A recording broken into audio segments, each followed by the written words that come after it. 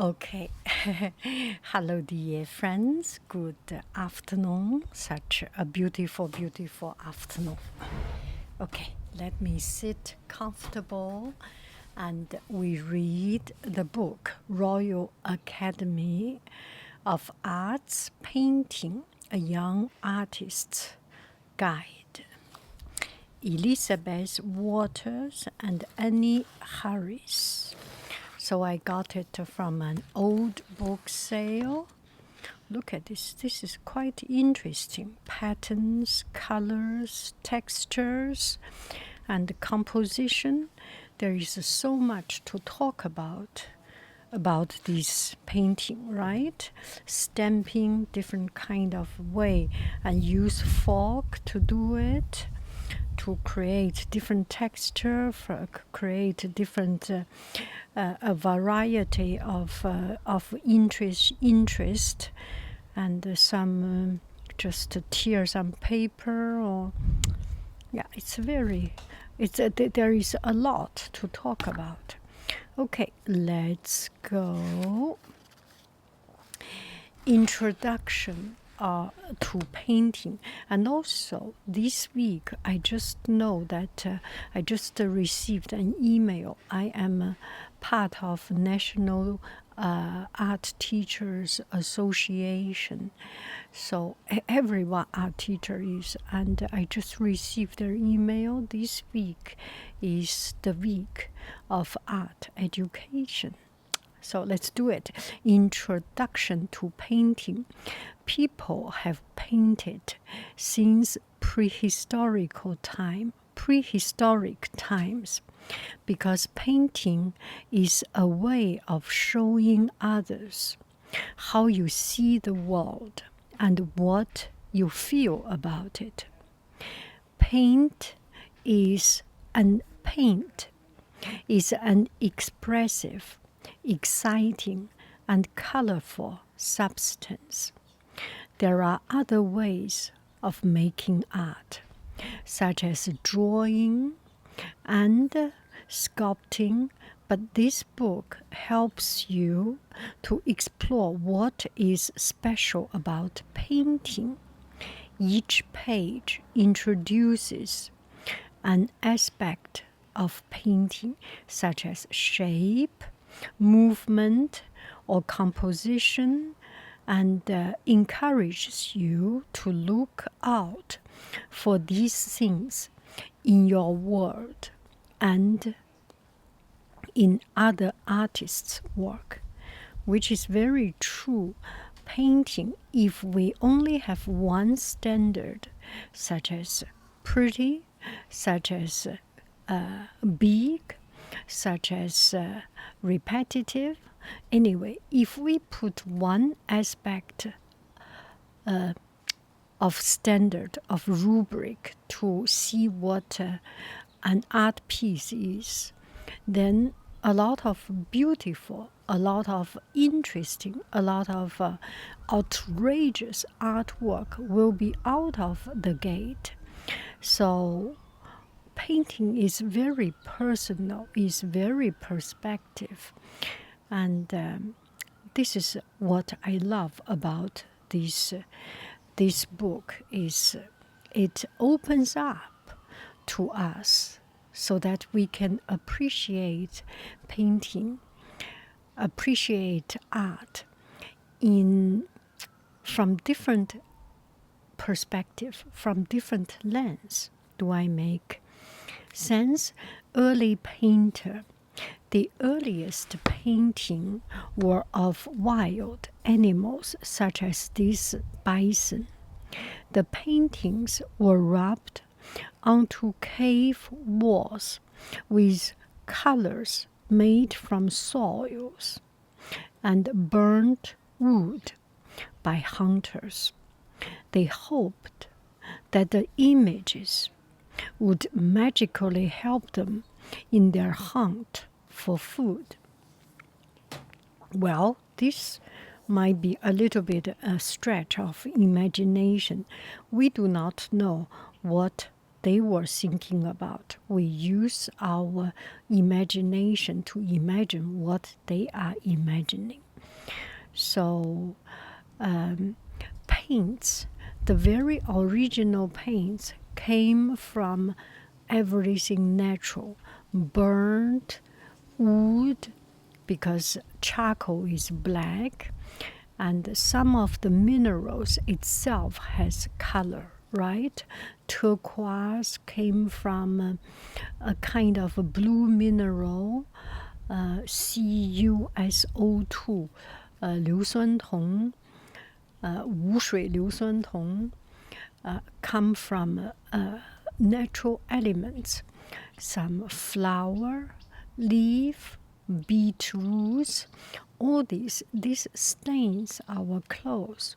So it is very natural. It becomes paints, right? So the ancient people used those elements to paint.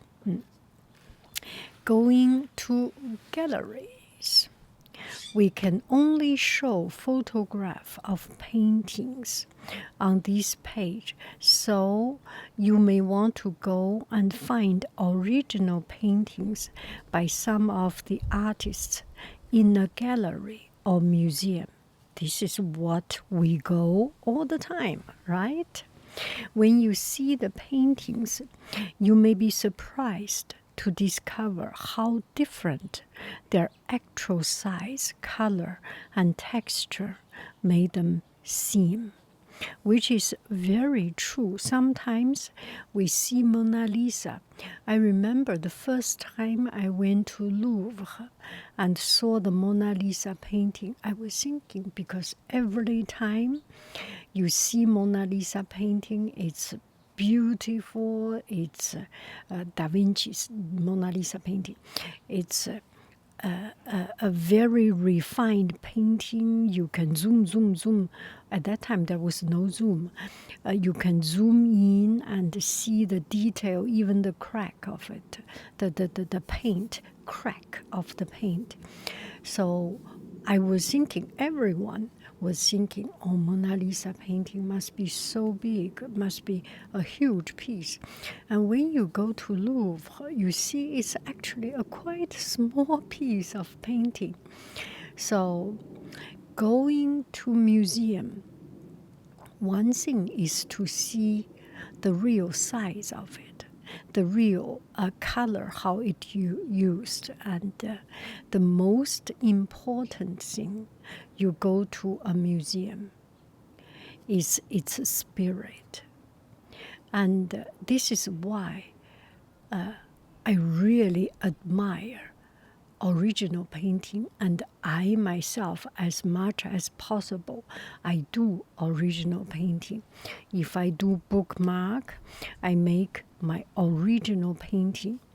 One thing is that maybe this is a little bit spiritual, or maybe a little bit artificial and empty. I always think that painting, the original painting, can transfer something, can transfer a spirit.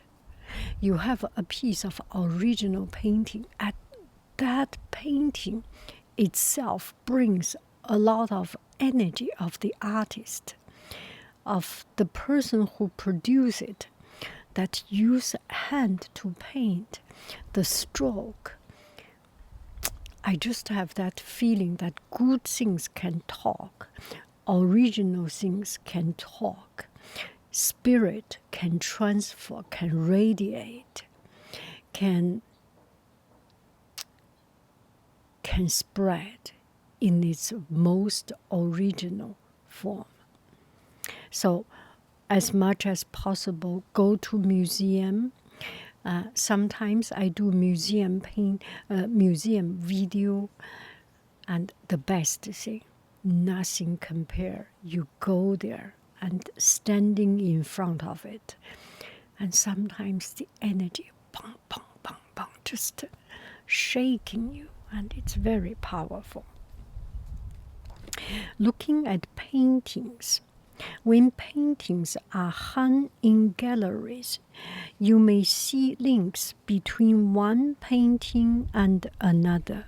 The closer you look at a painting, the more you will notice. Link between one painting and another.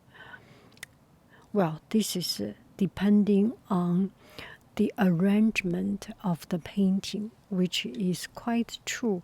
Sometimes the gallery intentionally brings some painting that is correlating.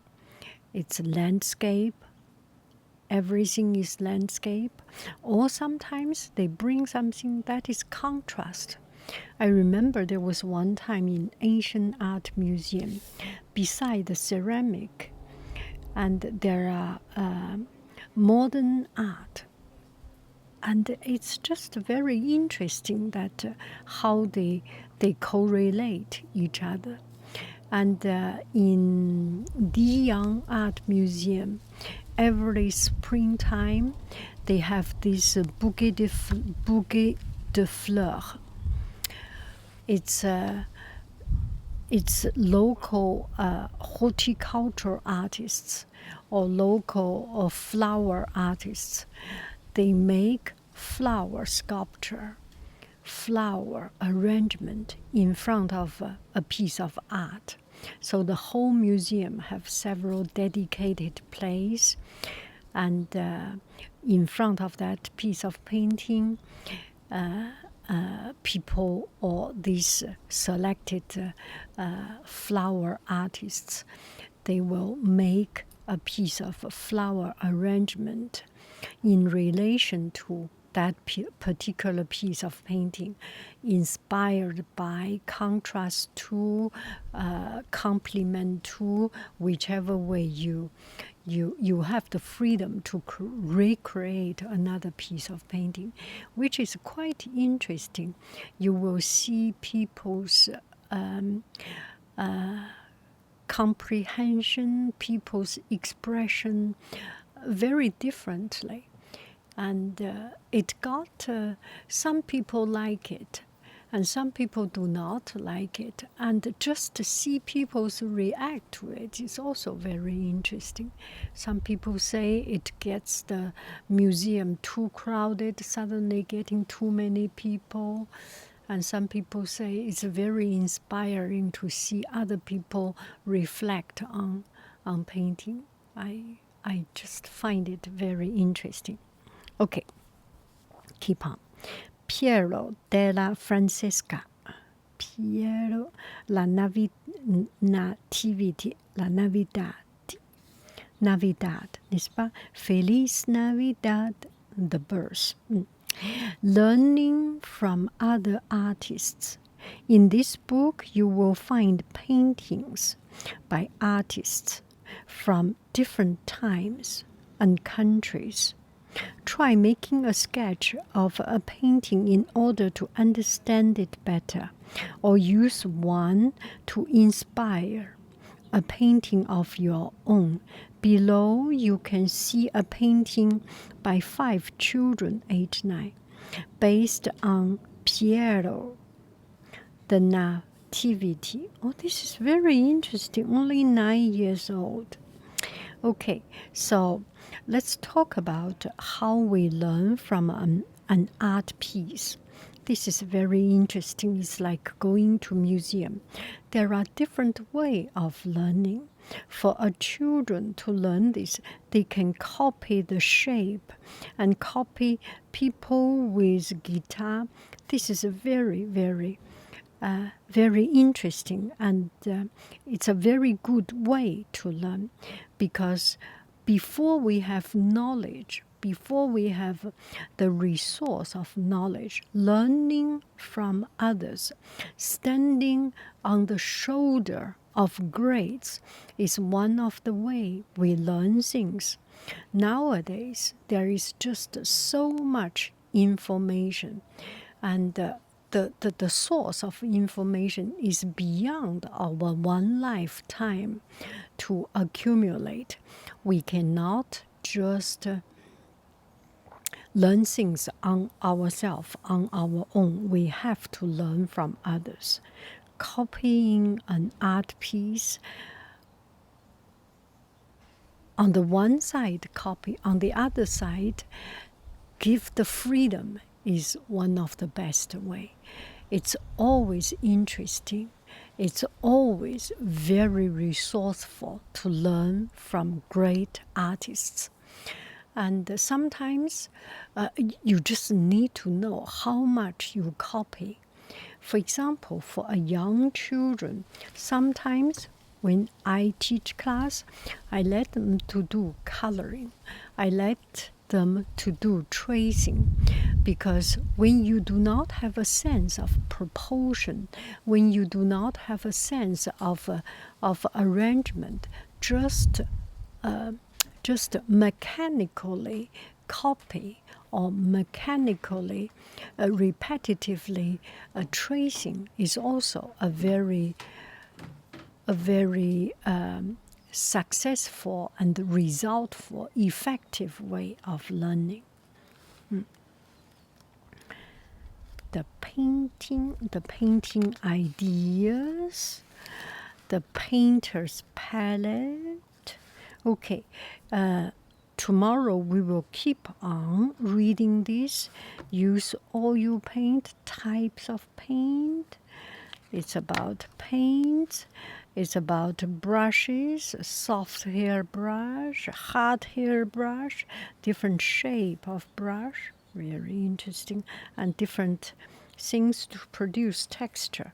So about the palette, we can do a lesson about color blending, about color harmony, about color contrast, about tonal change, about monochrome, and there is just so many lessons about the colors, the palettes. And about the brush, what we can do about brush. Use a hard brush to do stamping. Use the shape of the brush to make different kind of arrangement. And use the different brush texture to make different substance, to make different objects, different objects, some stamping for the rock, some very fluid watercolor wash, soft hair brush for the cloud. There is so much to learn from. And the paper, different kind of paper. Learn soft paper, absorbent paper, hard paper, and smooth paper, rough paper. Oh, so many interesting things. Okay, color, the word of color, what you can express from the color, the hot color, the warm color, the cold color, the cool color, and how you make the color blend and make it bright, beautiful, vivid, and pure. And some color you make the contrast and make it just a mess and messy and dirty. Well, you can make so many interesting things about color. About the light, shade, and complementary. Earth color. Make your own color. Oh gosh, the whole year I cannot finish all this book. There will be so many things, colors and feelings, colors and strengths, and the spiritual quality of color. Ooh. Sketching idea. Go out to do a sketch. Sketch with pen, sketch with hand to do the smearing. Oh, so interesting. Shapes. Do geometric shape, organic shape, paper cut shape, cut out shape, and then do stamping. Patterns repeat, simple pattern repeat, only one simple stroke repeat one time, repeat 2 times, repeat multiple times. Yeah, so interesting. Rhythm and movement, just the color you use the color, you use the repeating of pattern and brings the movement into the painting. Techniques and textures, painting solid form, paint people. This is one of the hardest. And space, leave space, completely occupy the space or leave some white space. Chinese painting, there is a lot of fei white space. It is not white space, it is the extension of the preoccupied space. Anyway, compositions. Isn't it a wonderful book? Painting nature, go out like Monet, plein air painting, feeding your imagination, make something fun, interesting, and use different subjects, objects to do painting. This is just a wonderful book. Let's keep on reading another day. I love you. I really do. Do, do, do, do. Do, do, do.